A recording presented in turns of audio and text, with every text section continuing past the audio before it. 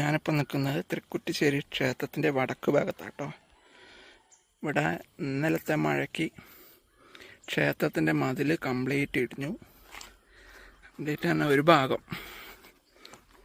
ഭാഗം കംപ്ലീറ്റ് പോയി. കണ്ടില്ലേ, മൊത്തം ഒരു ഭാഗം പോയി. ഇടൊക്കെ കല്ലൊക്കെ താഴെ വീണുണ്ട്. ഉണ്ടോ? ഇപ്പം തന്നെ ഒരു വണ്ടിക്ക് പോകാൻ സ്ഥലമില്ല. വണ്ടിക്ക് ഒരു കാറൊന്നും ഇതിൽ പോകാൻ പറ്റില്ല. ബൈക്ക് മാത്രമേ പോകൂ. ഉണ്ടോ?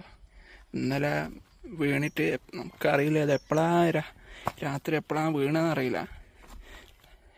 എന്നാലും ഇന്ന് വൈകുന്നേരം വരെ ഇതിങ്ങനെ കിടക്കുക. ആരും ഒന്നും ക്ലീൻ ചെയ്തില്ല.